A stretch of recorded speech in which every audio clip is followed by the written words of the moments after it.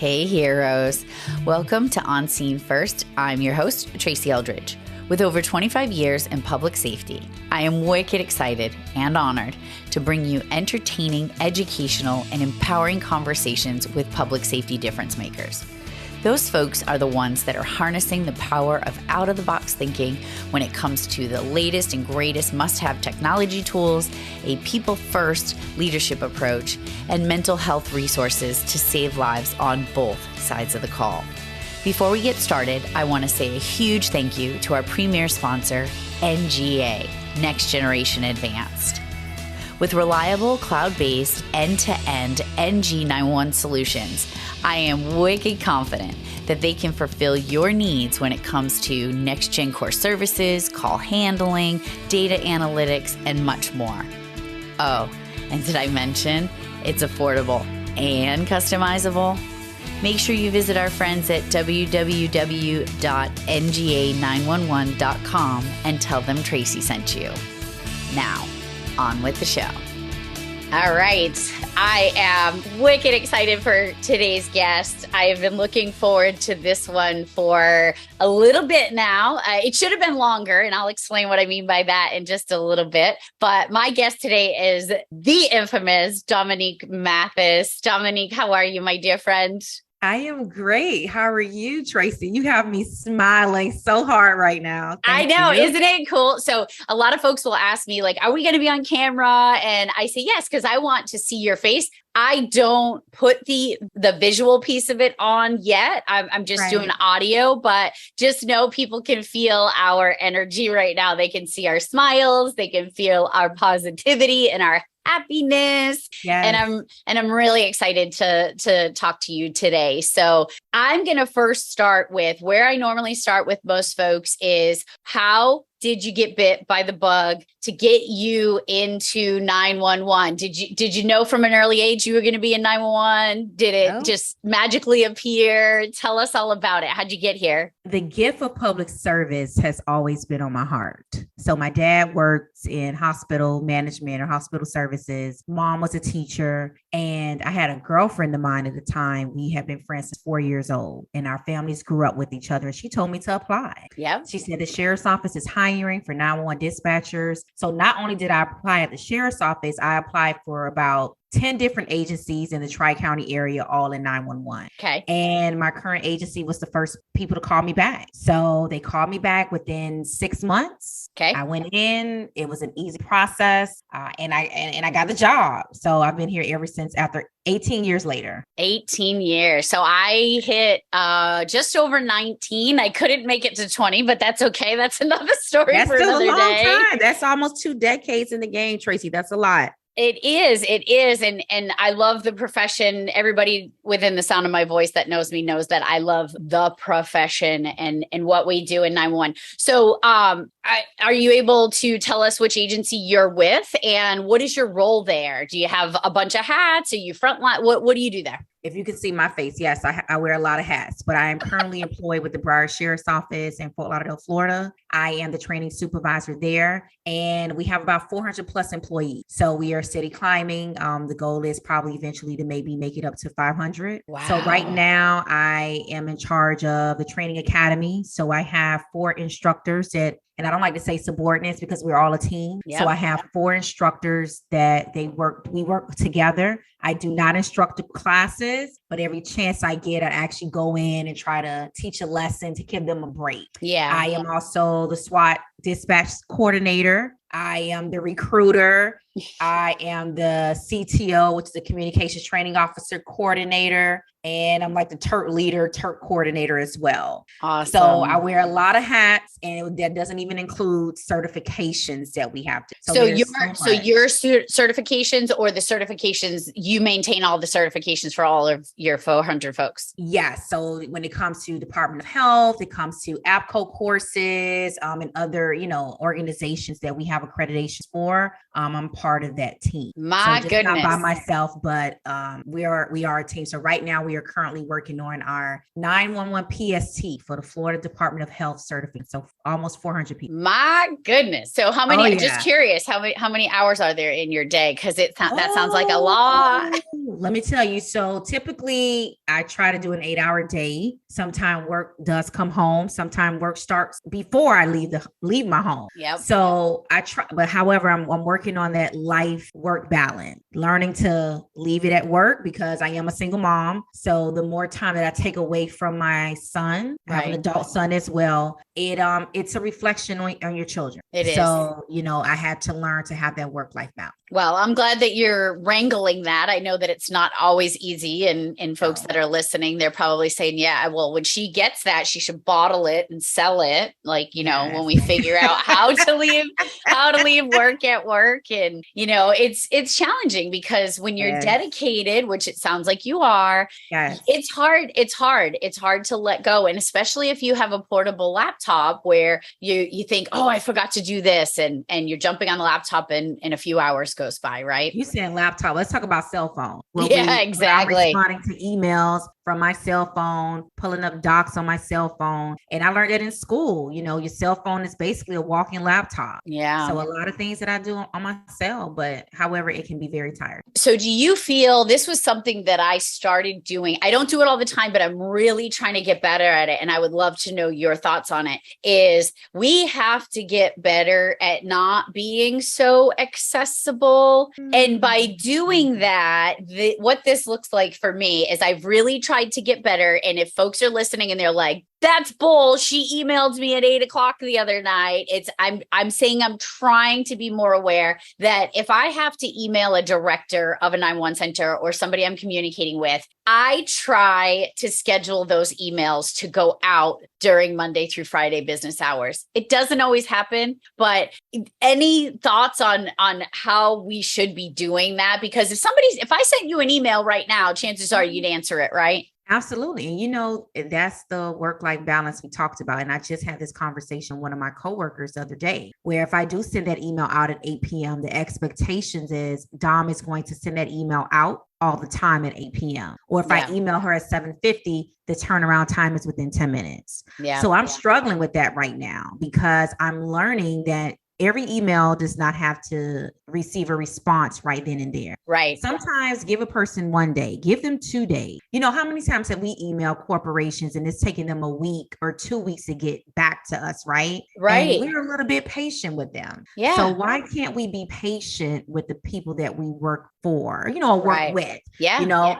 And I had to learn that. Like sometimes I may go in the center and do overtime on the weekend. So when people see me firing up 20 and 30 emails on a Saturday, they're calling me like, hey, are you working? Yeah. Yes, I'm working. I'm trying to do my 9 to 5 and at the same time, making sure that the center operations are done right. Right. Yeah. But however, once you kind of put it out there, those expectations for people is that we are always available. And that's hard, but you have to set those boundaries. It is. And I think we do that to ourselves also, right? Is that we set that expectation of others that, oh, I know if she emails me, if I email her, she's going to email me right back. Let me just shoot her a quick email. And now we're dipping into other folks' work-life balance, right? So I do think that's important that we've chatted about that because it is something that I don't think folks set a good, healthy boundary for, because if I have you ever heard of Jay Shetty? No, I have not. Oh, you need to Google that. Is that the guy that's always,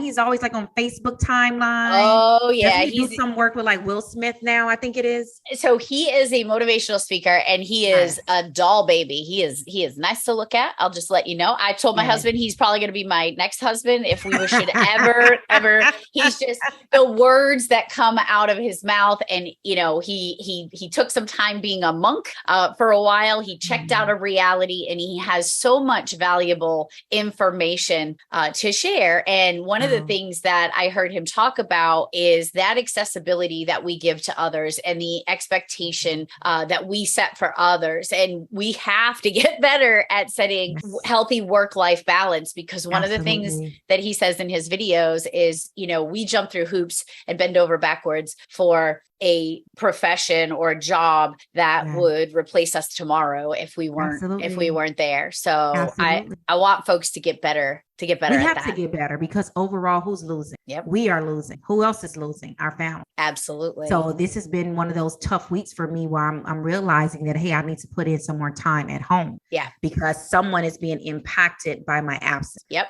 And, sometimes people don't understand, but, I'm a mom first. Yep. I'm a mom first. And at some point, I have to shut it off because, again, our kids are not asked to be here. So we have to provide them with that time. Yeah, and I'm absolutely. very big on that. Very big on that. Absolutely. And there's a couple of things that you pointed out that I picked up on very quickly. One, when I don't know where I've been for the last year or so. I know you said that you've launched your part-time kind of gig, which we're going to get into in just a little bit. I know you said you launched that about a year ago, and it's probably been 7 or 8 months since you popped up on one of my feeds, and I saw the shirt you were wearing, and I'm like, I need that shirt. I have to have that shirt. But before we get there, you have indicated a few times now about being a team, and your folks aren't working under you. And that screams to me, people first leadership for you. Can you tell me where that started? Where did it start for you, where you knew that you were a people-centered provider, leader, servant, wherever it is? Where did that start for you? Because I think that's really important.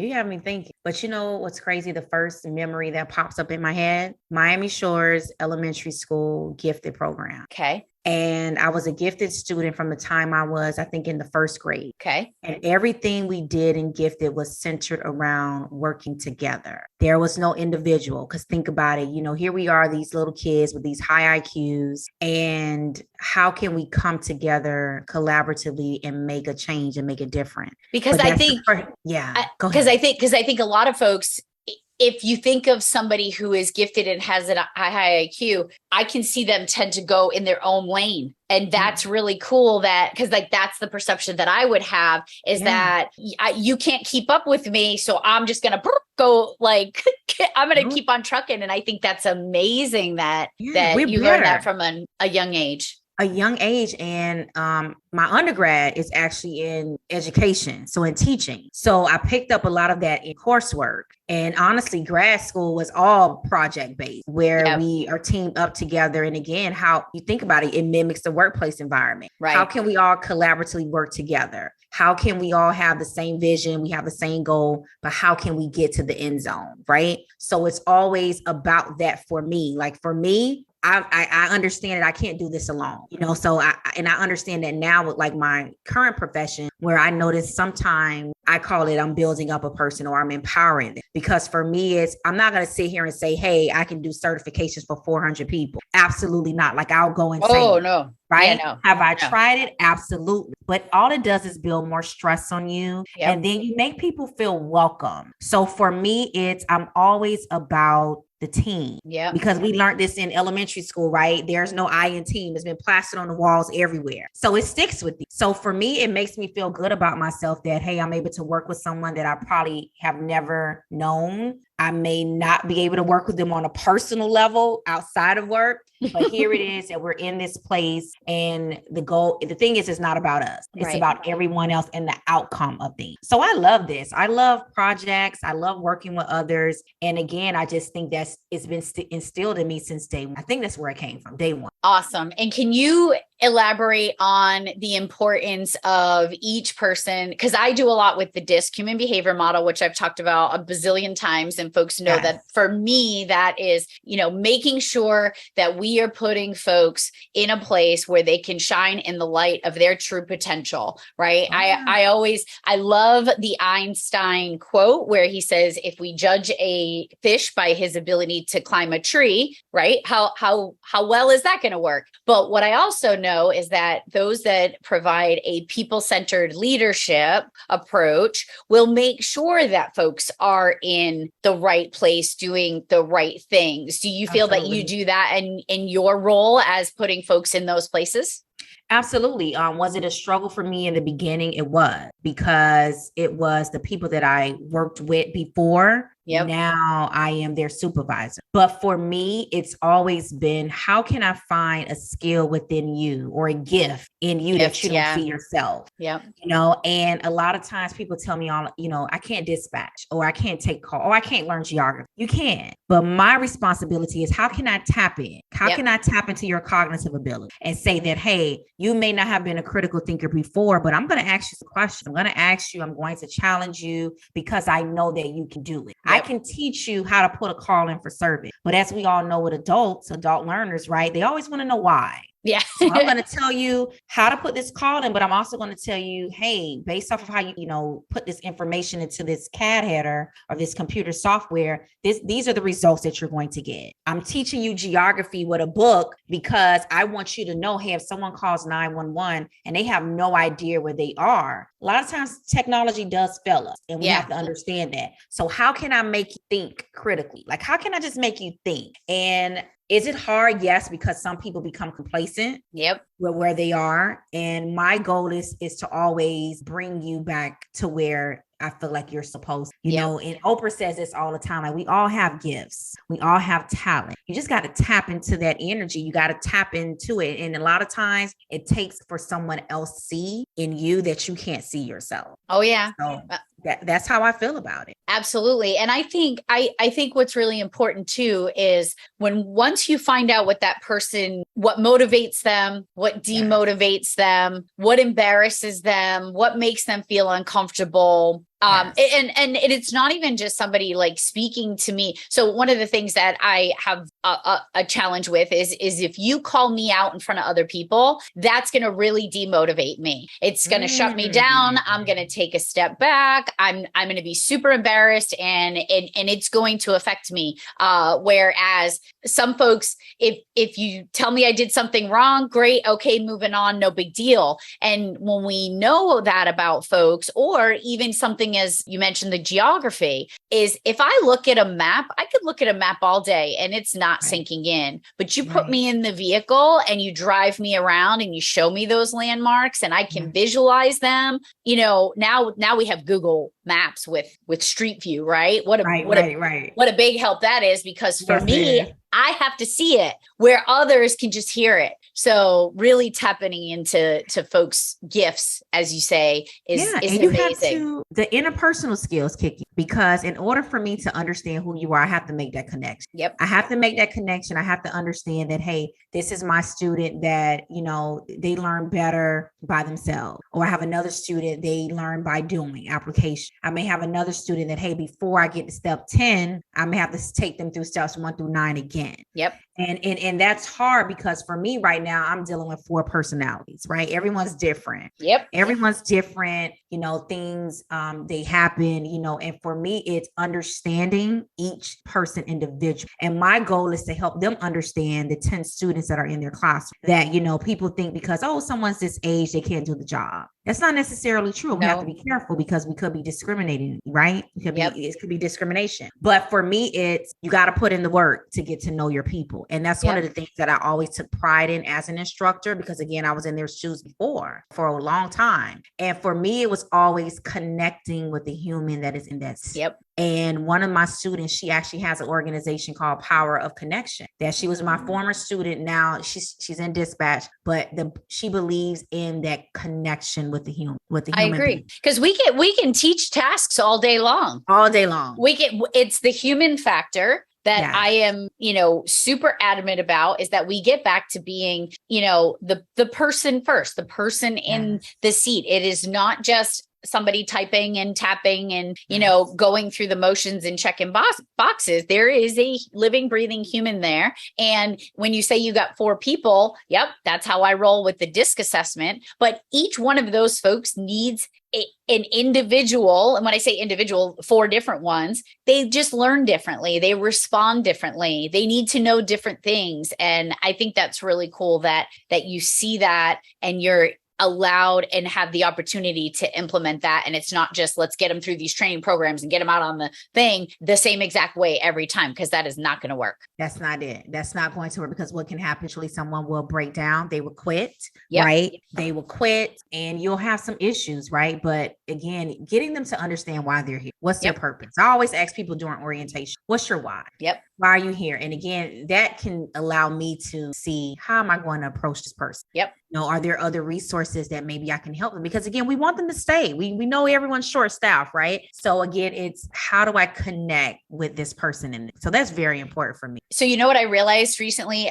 So at 45 years old, I was officially diagnosed with ADHD. And I will tell you that diagnosis changed my life in a big way for so many reasons. And I'll do a separate podcast on that just to let folks know. Call me back. Absolutely. Because here's what I realized about myself. I've been living, did I know I had ADHD? Yeah. Did I joke about it? But what I realized is when I actually had the official diagnosis, it forced me to actually learn more about myself and my gift. I don't call it a disability. It is a gift for me, because there are things that I'm able to do that others are not because of my ADHD. But what I also know is that there are hundreds of kids that go through school, and because they have an ADHD diagnosis, they are allowed to be on either an IEP or a 504 plan to help them and assist them. And we do not do that as adults. In school, they're able to be on an IEP. In school, they're able to be on a 504.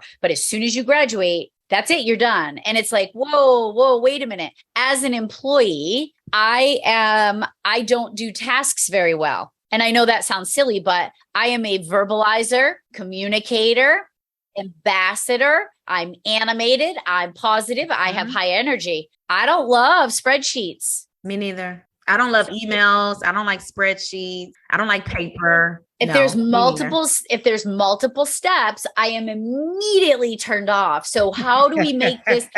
How do we get folks to understand that maybe there are adults that have to be put on an adult IEP? But guess what? Life is the greatest teacher, right? Yeah.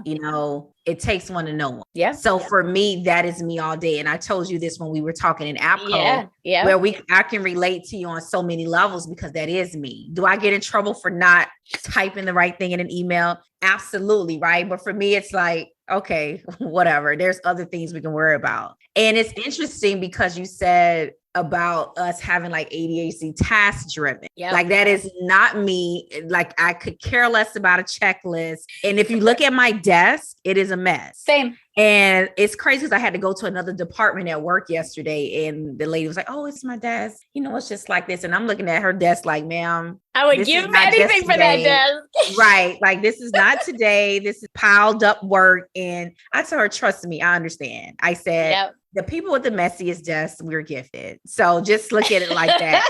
And I had the whole office laughing, but I was so serious. Like, think about this. Walk into someone's office who is like that person, right? Stuff, and I'm not going to curse. So stuff is everywhere. Like, it's everywhere. And for me, I'm like, okay, like it is what it is. So and they look for paper, they know where it is. Well, and it's funny because I was literally just going to say that is, I'm going to say 50% of the time, I can tell you exactly where some random thing is, like, oh, it's next to the purple paper clip in the bottom drawer behind the thing. But then other times it's like, I can't find the pen I was literally just writing with, right? Oh, before we got on this on our conversation today, I've been looking for my remote for the light. So that's why I'm in the dark right now, because I can't find the light, the remote. And I'm thinking to myself, where was it? Where did it go? What was the last thing I did when I had the remote? But honestly, Tracy, I've been looking for it for like 2 weeks. So I have no idea what I did. You'll find it. I'll find it. So for me, that's life for us, right? I'm just going to tell you, check in the fridge, because it can, I bet you it's next to the milk in the refrigerator, because why wouldn't you put it there, right?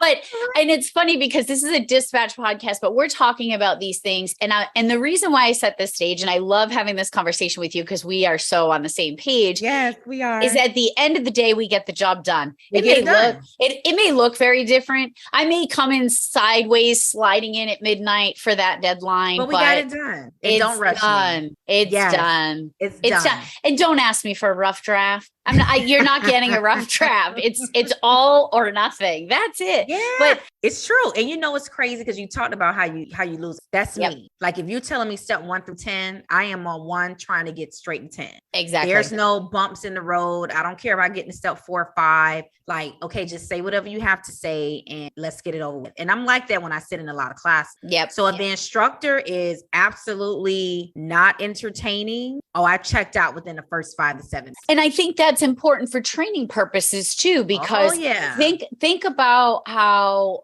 and I see this in our chat groups on Facebook, our dispatcher, groups, et cetera, and public safety. And it's like, I have this trainee and I'm getting super frustrated because they're just not getting it. And sometimes I want to chime in and just say, they might not be getting it because your teaching style and their learning style might be two totally different things. Two totally different things. And that's why we have to really be mindful of who we select as trainers. Yep. Because a lot of times as trainers, we expect people one way when there's 7 other ways. Yep. And the expectations for me is if you're a trainer, I need you to know those 7 different ways. And if you don't know it by heart, I need you to take note. Yeah. Because again, you're doing a disservice to a new hire and people are feeling like, hey, they, according to your evals, they're not being receptive to training. Like they're not getting it. Right. They're not getting it, or you're not giving them the opportunity to get it. I love that. So, I'm a stickler about that. And sometimes I seem like I can be a nuisance to some people, but again, you kind of throw in that little subject matter expert thing. Like, hey, I can relate. Number one, because I feel like I have ADHD, adult ADHD. Yep. Then I can relate because the teacher part of me is, have you gone to 20 different ways to get this person to learn the job? Yep. And if not, why are you saying they don't meet your expectations? And you haven't done it. Again, you got to put in the work. We have to. I agree. I agree 100%. And so you have taken what you have learned and through all of these things, and you have started yourself a pretty amazing side gig. And we have to talk before we run out of time, because I know we could be talking about this. We could be here all day, and there might be a part 2, maybe even a part 3. I don't know, but I just know that I want to tell folks how I found you and what it was that connected me to you very quickly. A lot of folks know that I start off most of the things that I do with, hey, hero. And at the end of most things that I do, whether it's a podcast or my videos or training, I always end with the same thing. Stay safe, stay strong, stay here. We need you. And I always refer to these folks as heroes, not necessarily because of the valiant effort that they do and the courageousness. It's because they fight to stay here another day. And to me, if you can fight to stay here another day, you are a hero in my eyes, because heroes don't want to be called heroes. So I have to define that sometimes. But as I'm scrolling through social media, all of a sudden, Dominique posts on something that I was tagged in or I was commenting on or whatever. And I see your little profile picture and I see a black shirt with white writing. And I'm like, I need to see what that says. And I clicked on your profile picture and you're wearing this shirt right now. Can you tell me what the shirt says? The shirt says, everyone is a hero. Amen, sister. A big amen. So tell me tell me the name of your side gig. I'm going to let you do that. And I want you to tell me what it's all about. And I want to tell you where that shirt, I want you to tell me where that shirt idea came from. Let me tell you, my baby. And it's interesting because as you were getting ready to ask me the question, I became emotional. You should. Because I see where I started in 2019, sitting in my class. And my professor said, why wait until you graduate to start your business and start it now? But I sat on it for a while. I sat on Hello 911 for a very, very long time. So I had always had my LLC, but I didn't do anything with it. And the pandemic definitely changed things. The idea kind of, I started putting myself out there a little bit, but I was afraid. I was afraid of the backlash or the negative part about it, which was very interesting and crazy. And I remember someone telling me, just keep doing it. Keep going on social media. Just keep doing it. Just keep going it. They said, anyone on LinkedIn, just press the connect button to them. And I did that. And what I value about myself is because I'm being me. This is what you see is what you get. And this is 18 years of experience. This is 18 years of tears, of crying, frustration, wanting to quit. This is years of line of duty deaths. This is years of mass casualty incidents on a very big scale. And this is who I am as a person. This is Dominique. And Hello 911 came about from a hashtag. I was trying to figure out what I was going to call my business name. Yep. And I kept seeing the hashtag Hello 911. It just stuck with me because it was a negative reference. It wasn't anything positive. And it was more so as how can I change the public's perspective of who we are in 911? So go back. So go back, excuse me, go back for that for a second. So when you were seeing Hello 911, was it like, hello 911, like, hello, like, are you even there? Like, is that what you're meaning by the negative connotation with it? It was related to a lot of incidents involving people of color, where people were calling 911 and it started off with like Picnic Patty. Picnic Patty called 911 because she said there was a group of Black people in the park having food. Then it was linked to the incidents that were happening in New York with the young lady with her dog saying that the male attacked her. The other young lady saying the teen stole her cell phone. It was things like Philando Castile. Like, it was just so much, right? Okay. Yep. And for me, this is not what it's about. This is not what it's about. This is not what we do. This is not what's going. This is not reality, right? Yep. And somehow 911 was associated with all of these incidents that became national news. Gotcha. And right now we've seen it recently with incidents in Buffalo where someone says, hey, I called 911, the operator hung up on me, right? Yep. And you hear people talk about us all the time and you're like, but this is not what's happening. Right, we know the truths, right? We know when you call 911 that we're providing the best quality of service that we can. So that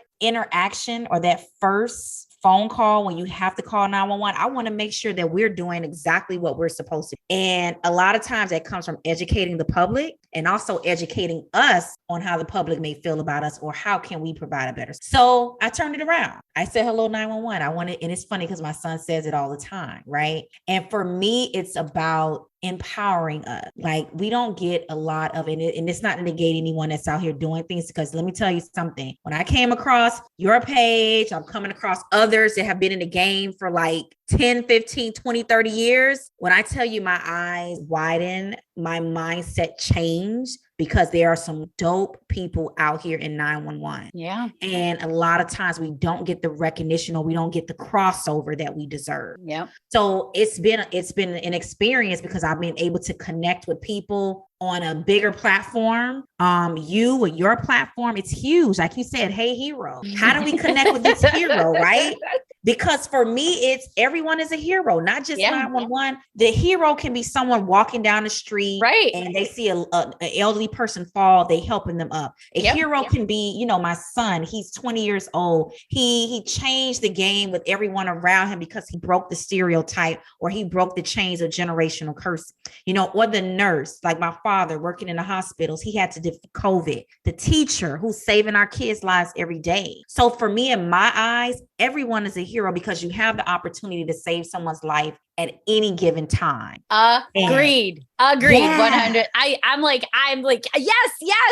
All the yeses. Even just somebody smiling at another person in my eyes is a hero, because that smile could totally change the whole trajectory of somebody's day, which could save the next day and the next day and the next day. And I beyond love that story. And I've been waiting patiently to hear it, because if you think about it, hello 911. All right. If is it training for answering the call? And as you were sharing that, I got goosebumps, because you are right. It is changing the narrative of how 911 is perceived. Absolutely. Because what's interesting? It's not positive. And what's interesting? My dad said to me, he really didn't know what was going on in 911 until I started my business. Yep. And I started to talk about it, and I became more passionate about it. And I think that started honestly when I won an award with the Florida Sheriff's Association as Dispatcher of the Year. And people were just coming up to me like, hey, how are you? We're hiring. Oh, you can come to my company. You can get this and get that. And I'm like, wait a minute, this is a lot. Yeah. But it also told me that I needed to make a difference. I needed to do something. And I think I've always been on a personal level with people with making a difference. But how can I step outside of Broward County and make a difference? And let me tell you, Tracy, I'm telling you, it gets me emotional because I know it's been a journey, right? And I still love it. Like, we just lost a dispatcher here locally in Miami-Dade. And for me, I wanted to get to the memorial. I wanted to show the support. I wanted to be there. I wanted the public to be aware that, hey, we have losses too. So when you feel like you call 911 and we may not answer the phone, it's not because we don't want to. We may be short staffed. We're hiring. Right. All of these departments are hiring, right? We're hiring, and we realize that we are losing a lot of people sometimes to the private sectors. We're losing a lot of people because maybe sometimes it's toxic work environments. It happens. Or we're also losing people because we're being subjected to so many traumatic events on a daily basis. And who's helping us? Like, and for me, that's if I can get you the resources that you need, just call me to connect. That's how I feel sometimes. If you call me and say, hey, Dom, I'm trying to reach somebody in this department. Can you help me? Absolutely. Let me call and make a text to someone and see if I can make that happen for you. And honestly, Tracy, that puts a smile on my face. And I think somewhere along the line, we lost just doing the next right thing. And not everybody.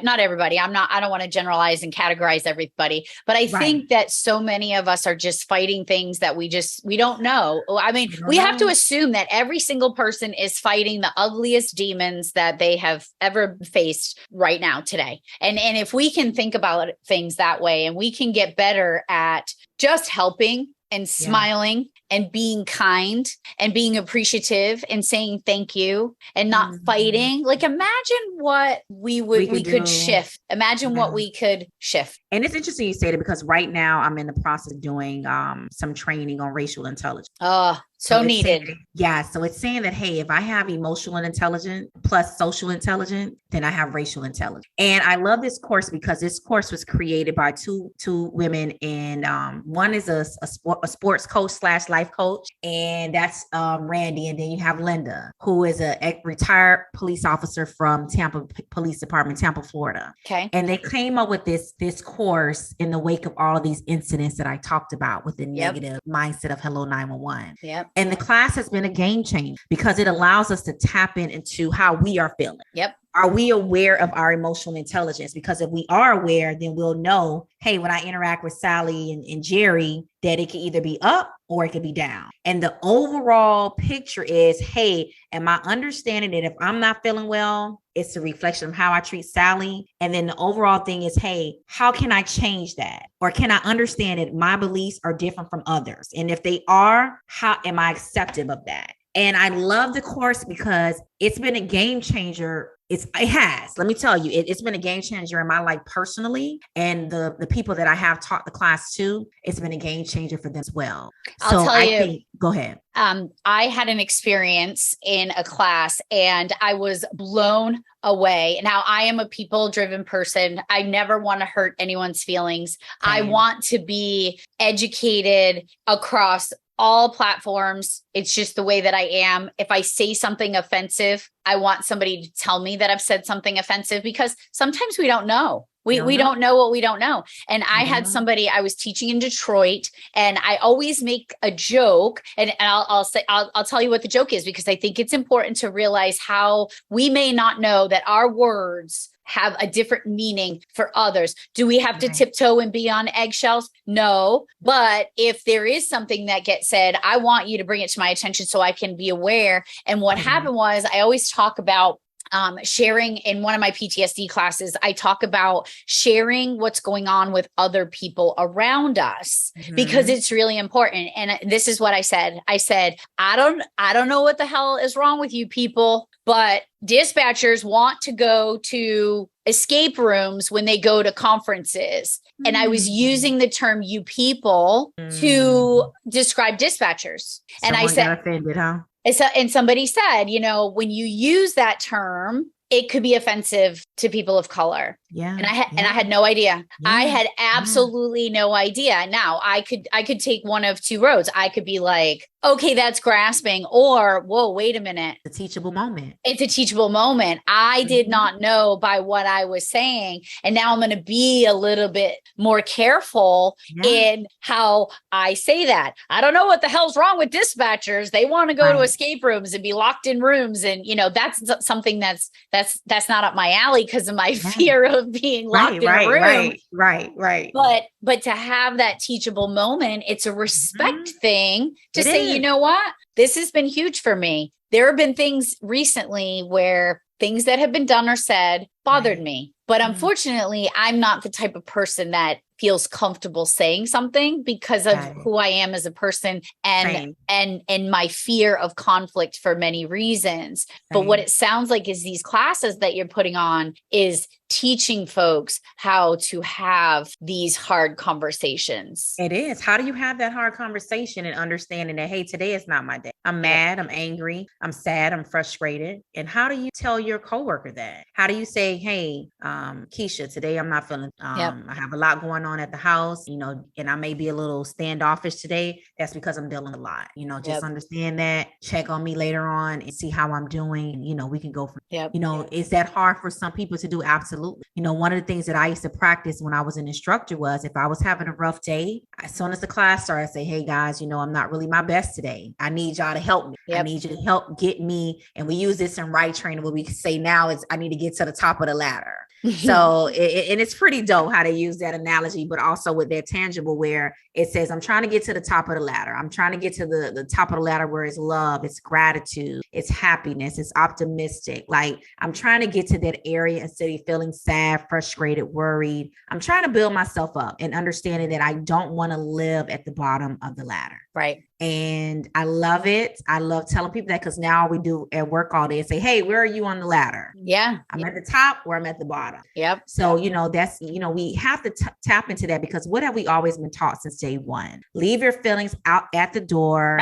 You don't have any feelings in dispatch. You're not supposed to feel this way. But that's all lies. It is. We're giving people lies because we're telling them that they're not supposed to have feelings and that it's not true. Yep. So in one of my classes, and I don't know if it was in one of the ones that I did at APCO that you were in, but I have a slide that says, it literally says, next slide, click it. It says, leave your problems at the door. And I asked the question, how many of you have said this or heard this? And most people raise their hands. And then the next click is the big red circle with the line through it. We have to stop saying it. We have to stop saying it. My dear friend, Ryan Dedman from the 911 Training Institute, he presented one time and it was profound. And it was just this simple little scale. And I was like, oh, wow, that makes a big difference. He said, how often do we ask folks, like, how are you? And we say, fine, I'm fine. I'm all right. I'm not fine. I'm good. Okay. No, I'm not fine. So if I come back and I say, all right, on a scale of 1 to 10, 10 being amazing, where are you? 6, 7. Whoa. And it was funny because I leaned over to my coworker at Rapid SOS and I said, I'm a 3 trapped in a 10's body. See? But guess what? We have to don't see it. That. We don't see it. And my friend just said this other day where she said, I asked her how she was doing. And she ended up saying, hey, I don't like to say how I'm really feeling because I don't want to bring you down. Or I don't want to always talk about my problems. But one of the things that I learned from one of my girlfriends, and I do this to a lot of people, is I always ask them, how are you mentally? How are you physically? Yeah, I like that. And I share that with people who I am really dear with, because for me is I want to know, how are you mentally? Right. Are you checked out? Are you having a worrisome day? Do you have a lot going on? Do you have something to eat? And how are you physically? How do you feel? Do you need a massage? What do you need? Because that's my way of saying, hey, I'm here for you if you need me, or I'm just here. Not if you need me, just call me if you want to talk. And then there are days where, like I had that day yesterday, where I literally had to come home and just get a book and read. Check out. I had to check out because I needed that after the day that I had. And, I do think we have to get better. And I'm going to say this is, number one, we have to get better at normalizing not being okay. And I say this all the time. It's okay to not be okay. You just can't stay there. That's not an option. We say it all the time. And I will tell you, I want to bring back to what happened to me last week. Last week, I had a really emotional bad day. I was betrayed by someone. It was hurtful. I was not in a good mental place. And you were a safe place for me. We were supposed to record this podcast, but you have given off that safety of me being able to say, Dominique, can we reschedule? Because I'm not in a great place today. Versus Dominique, something came up and, whatever, and making up excuses and telling stories. It's like, no, I felt safe enough to say to you, I'm not in a good mental health place right now. And I don't think we're going to be able to execute the podcast with the positivity and excitement that I wanted it. So that says a lot to you and your character, that folks do feel safe because you set that stage. And that's really important. That warms my heart. And again, I'm just an emotional person. Me too. Because for me, I just feel like I'm living in my purpose and doing God's work. Yeah. Right. And every emotion that you felt that day, I understood because that was me. It still is me. Again, I've experienced a betrayal within the last week myself. And then you ask yourself, like, why? What's the lesson that I have to learn in this situation? Was I too open? Was I too vulnerable? Like, what is it that has me in this space where I'm feeling like I just want to punch the wall? I want to break down and cry, and I just want to shut down. So we think about that. And for me, again, it's that connection, people. It is. And if I can connect with 5 people and we could change the world, that's the goal. But it comes naturally, Tracy. So that's another thing for me. Like, it comes natural because I always like to know, how are you? How are you feeling? Like, really, how are you feeling? Like, how are you feeling? Like, truly, for real. Like, truly. Yeah. Like, truly, how you feeling? Because life is going to test us, right? And we work in fields in a career where we're tested often because we are living vicariously through other people and their traumas. So at some point it becomes, I don't say at some point, it is overwhelming. Yep. And we need to be able to tell each other how we feel, whether that is talking to a therapist, talking to your accountability partner, talking spouse. You got to be able to connect with someone. And it's interesting because I ended up connecting with someone that, right, I could talk to him about anything. And then 3 days we went without talking to each other. And I'm like, I don't know what to do. Like, I have no idea what to do. Like, oh my God, I got to call this person to see what was going on. What did I do? What did I do wrong? What did I do wrong? What did I do in your wrong, mind, right? all of a sudden it's spiraling, right? It's crazy. And for me, that. I need to talk to them because I have to say something. And it's like, you know what? Sometimes excuse my language, like they need a break. Like they need a break from me too with all I have going on. So, but again, it's balance. It's finding people that you connect, sharing, and telling them how you, and there's nothing that. So just like there's no crying in baseball, there is crying in dispatch. And there should be. Balance. We shouldn't have to stifle and not feel and things like that. And I think we're changing that narrative. I think so too. I think you are right on that track. And I know that we need to start wrapping up. So what I would love for you to do is I want you to tell me where folks can find you, your website. Please share your website and your social media stuff with us. Yeah. So we just celebrated our 1-year anniversary yesterday for Hello 911. So it is www.hello-911.com. You can find me on Instagram on Hello 911, and you can find me on LinkedIn. I'm very active on there as well. Yep. And that's under my name. It is Dominique Mathis. I am hoping to connect with you all. Yes. I am so happy, Tracy, that you have me here today. And it's just flowing, and I love it. And I love what you're doing. And you're showing the world that, beyond everything that you've experienced, there is life after. There really is. And I will tell folks that they need to go get one of your amazing shirts that says, everyone I'm trying to come up with new colors. And I think I'm going to launch something for breast cancer. Oh, okay. So, again, my proceeds are definitely going to go to a local charity. Love it. When it comes to that. But yeah, you can find me on these, Get Our Hero Team. So I love it. Get Our Hero Team and let everyone know that you're a hero and you say absolutely. And you know what? And I've worn them. I'm in EMS. I've had it on when I've had to go to the hospital on calls and stuff. And somebody just reading it just clicks. And they look at it and in their mind, they're like, Hey, I'm one of those. I'm a hero. I'm a hero because I save lives. Yes. And I think that is just beyond amazing. And I appreciate you so much for what you do. And right. I think we're going to be doing lots of cool stuff together. And I can't wait. I'm ready. Let me know. Yay. Thanks, lady. Welcome back, heroes. We hope you enjoyed the show. Please like and follow me on all On Scene First social media so you too can keep up with my shenanigans. And make sure you get to know our friends over at NGA, Next Generation Advance. You can start by heading over to their social media and thanking them for being our premier sponsor. Remember, stay safe, stay strong, and stay here. We need you.